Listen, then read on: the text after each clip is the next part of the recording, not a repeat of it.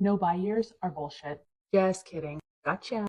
My entire TikTok feed is no buy, low buy, and I am here for it. But for my family, a no buy, I don't think will work, and I don't want to set myself up for failure. So we are doing a low buy year, but we are reevaluating each and every month to see if those goals are changing. Here are some of my rules for my low buy year. First things first, no new clothes. I have a closet full of clothes that I am not using, don't fit me anymore postpartum. So it is my goal to sell some of those clothes in order to buy things in the new year. But going along with that and taking it a step further, when we get that money from those clothes that we sell, whether it be on Facebook Marketplace, Poshmark, etc., we are going to try and thrift or buy secondhand before we are looking at new items.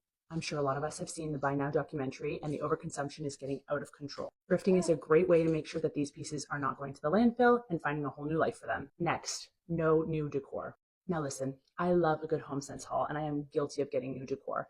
But lately I have been thrifting a lot more of my decor and finding unique pieces that make my house so much nicer and so much more curated. Same rule as above. If I want new decor, I have to sell what I currently have and use those proceeds to buy something. Moving along, no new makeup. So only buying things once I run out of them completely, once I hit pan, and trying to really use up the products that I have at home that I might have overlooked in the past. Now, if I said no Starbucks, I'd probably lose 90% of my viewers. So for me, it's going to look a little bit different this year. I am sticking to my budget this year, or that's my goal.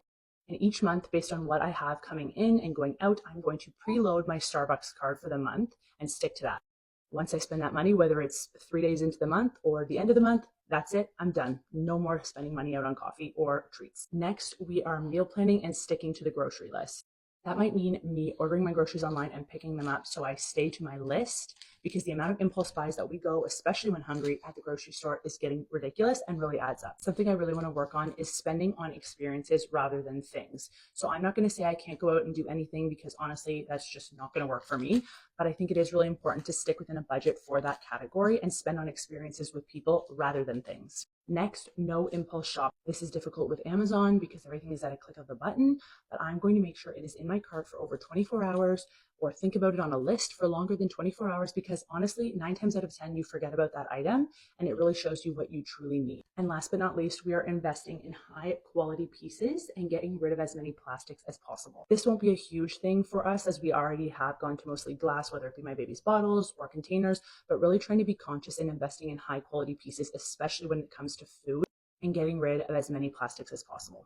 I am so excited for this new year with these low buy rules, and we'll be continuing to review them each and every month to make sure they are updated and sustainable for me to follow. Let me know what low buy or no buy rules you'll be following in 2025.